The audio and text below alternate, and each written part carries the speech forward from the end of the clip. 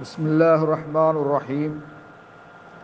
الحمد لله وحده لا شريك له واشهد ان لا اله الا الله وحده لا شريك له واشهد ان محمدا عبده ورسوله صلى الله عليه وعلى اله وصحبه وسلم تسليما كثيرا.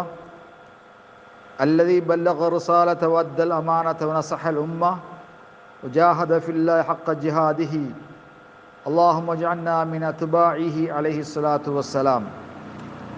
கணியத்துக்குரிய என் அருமை சகோதரர்களே, பெரியார்களே, எல்லாம் வல்ல அல்லாஹு ஜல்ல ஷானுஹு வ தஆலாவை போற்றியவனாக, புகழ்ந்தவனாக, துதி செலுத்தியவனாக, நபிகளார் மீது ஸலவாத்தும் ஸலாமும் கூறியவனாக அல்லாஹ்வுடைய பெயரை கூறி இன்றைய பாடத்தை நான் ஆரம்பம் செய்கின்றேன்.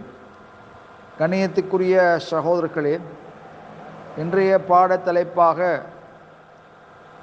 வித்திரு தொழ வேண்டிய சிறப்பான நேரத்திலே தொழுவதற்கு சந்தர்ப்பம் வசதி ஏற்படாத போது, யானி கபல துலுல் ஃபஜ்ர், சுபஹுடைய நேரம் உதயமாவதற்கு முன்னால் வித்தருடைய சிறப்பான நேரத்திலே வித்திரை தொழுவதற்கு முடியாமல் போனால், ஃபஹல் யஜூஸுல் வித்ர் பஅத துலுல் ஃபஜ்ர், ஃபஜ்ர் உதயமானதற்கு பிறகு, ஃபஜ்ரு சாதிக் உதயமானதற்கு பிறகு வித்ரு தொழுவது ஜாயிஸாகுமா என்ற கேள்விக்கு